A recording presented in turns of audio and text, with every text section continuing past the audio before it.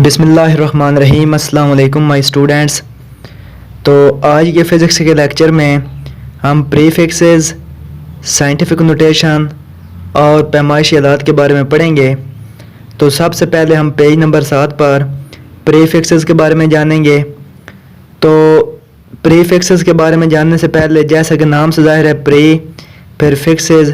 Pre का मतलब होता है पहले, फिक्स जो अमाउंट है उससे पहले जो हम लगाते हैं अपने पास से मल्टीपल्स, वो प्रीफिक्सेस होते हैं। तो यहाँ पे लाइन नंबर 4 में इसकी डेफिनेशन स्टार्ट होगी कि प्रीफिक्सेस वो अल्फाज या हरूफ हैं जो SI यूनिट्स के शुरू में इजाफी तौर पर शामिल किए जाते हैं। जैसा कि आप लोग किलो लगाते हैं, मेगा लगाते हैं, गीगा लगाते हैं, मिली लगाते हैं और माइक्रो वगैरह। तो लेफ़्ट हैंड साइड पर आपको एक टेबल दिया गया है जिसमें आपको इन मल्टीपल्स की सारी वैल्यू, इनकी अलामत वगैरह और इनका प्रीफिक्स दिया गया है। जैसा कि एक्सा, पीटा, टेरा, गीगा, मेगा, इनकी अलामत और आगे इनकी वैल्यूज़ दी गई हैं।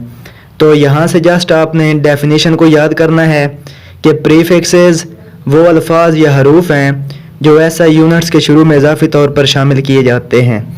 तो यहाँ से आपने डेफिनेशन को याद करने के बाद आपने पहली लाइन पर आना है और उसमें लिखा है मिसाल के तौर पर 2,50,000 मीटर, 0.002 वाट, और इस तरह ये आपको ग्राम वगैरह की वैल्यूज़ दी गई हैं। तो इनको वो कह रहे हैं कि ऐसा यूनिट्स में ये खूबी है कि इनके मल्टीपल्स या सब मल्टीपल्स प्रीफिक्सेस की सूरत में ज़ाहिर किए जा सकते हैं।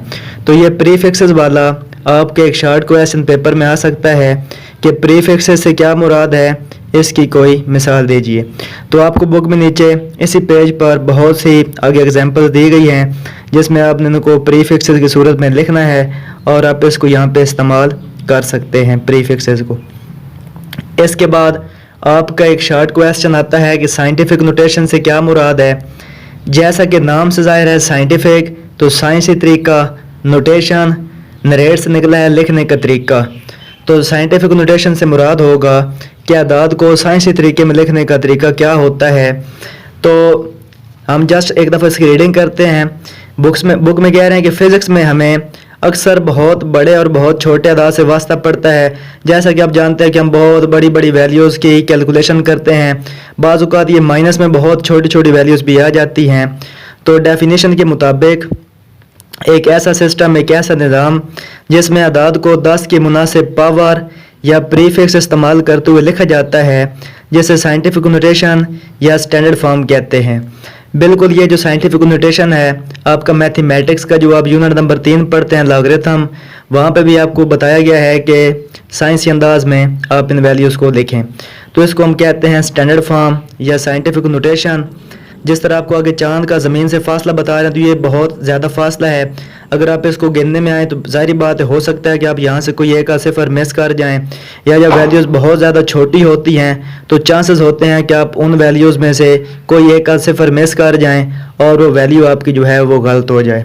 तो इस तरह को लिखने का तरीका होता है कि आपने पहला गैर सिफर जो हिस्सा होता है उसके बाद इशारिया लगाना होता है और उसको 10 के मल्टीपल में लिखकर इशारे के बाद तमाम आदाद गिनकर उनको अपने पावर में लिख देना होता है। जिस तरह आप यहाँ पे 3.84 आपने लिखा, इसके बाद आपने यहाँ पे मल्टीपल का निशान लगाया, उसके बाद आपने 10 लिखा यानी कि 10 की पावर में लिखना है।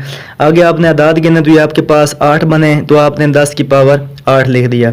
सेम इसी तरह आपको अगर 0.6275 इस तरह की वैल्यू आएगी, या आपके पास 6.275 ज़रब 10 की पावर 4 इस तरह की वैल्यू, या बिल्कुल इस पेज पर जो आपकी आखिरी वैल्यू है 0.00045, तो जब इस तरह की वैल्यूज़ लिखेंगे जो कि 0 से स्टार्ट होंगी, तो इसमें हम क्या करेंगे कि 4 यानी कि 4 के बाद हम इशारिया लगा देंगे, 4.5 ज़रब 10 की पावर। अब हम वापस लेफ़्ट साइड पर आएंगे इशारिये की तरफ, तो यहाँ हमारे पास तकरीबन 4 इनसे हम वापस आएंगे तो यहाँ पावर माइनस में हो जाएगी। तो पेपर में यह भी एक शॉर्ट क्वेश्चन आता है कि साइंटिफिक नोटेशन से क्या मुराद है, इसकी वजाहत करें या इसकी मिसाल दें। तो अदाद को सिंपल आपने 10 की पावर में लिखना है ताकि आपको बड़ी बड़ी वैल्यूज़ छोटी करके लिखने में आसानी मिले, और बड़ी बड़ी वैल्यूज़ लिखने के बजाय आप बिल्कुल उनको सादा सिंपल फॉर्म में 10 की फॉर्म में लिख लें।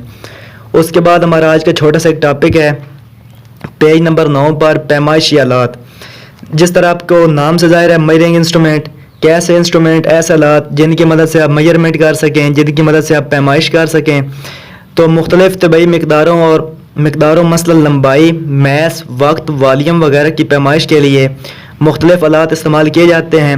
ज़ाहिर बात है वो आगे बुक में कह रहे हैं कि माजी में जो पैमाइशी आलात थे वो ज़्यादा काबिल एतमाद और दुरुस्त नहीं थे, क्योंकि आज हम साइंटिफिक एक लाइफ गुजार रहे हैं तो यहाँ पर कैलकुलेशंस बहुत ज़्यादा एक्यूरेट हो चुकी हैं। तो आजकल जो पैमाइशी आलात हैं वो ज़्यादा एक्यूरेट हैं, जिसमें पहला हमारे पास आता है मीटर राड और दूसरा हमारे पास होता है पैमाइशी फीता। पैमाइशी फीते के बारे में आप जानते हैं कि ये आमतौर पर घरों में भी इस्तेमाल होता है, इसको ममार इस्तेमाल करते हैं। और ऊपर आपके पास मीटर राड है जिसमें बता रहे हैं कि ये आमतौर पर लेबॉर्ट्री में किसी चीज़ की लंबाई या 2 पॉइंट्स के दरमियान फासला की पैमाइश के लिए इस्तेमाल होता है। ये 1 मीटर यानी कि 100 सेंटीमीटर लंबा होता है और इस पर हर सेंटीमीटर 10 छोटे हिस्सों में तकसीम किया गया है जिसे मिलीमीटर कहते हैं। और इसमें एक आपके पास डेफिनेशन आएगी लीस्ट काउंट। लीस्ट से मुराद होता है कम से कम, काउंट जिसकी गिनती की जा सके। तो इस पर 1 मिलीमीटर जो पैमाइश है वो कम से कम पैमाइश है जिसको हम माप सकते हैं। इस तरह पैमाइशी फीता आप उसको भी इस्तेमाल कर सकते हैं। तो इंशाल्लाह हम आने वाले लेक्चर्स में इसी पैमाइशी आलात में वर्नियर कैलिपर्स और स्क्रू गेज के बारे में बात करेंगे। तो आज का लेक्चर फ़िलहाल इतना ही है। उम्मीद है कि आपको आज की वीडियो पसंद आई होगी। इस तरह के मज़ीद लेक्चर्स के लिए हमारे चैनल को सब्सक्राइब करें और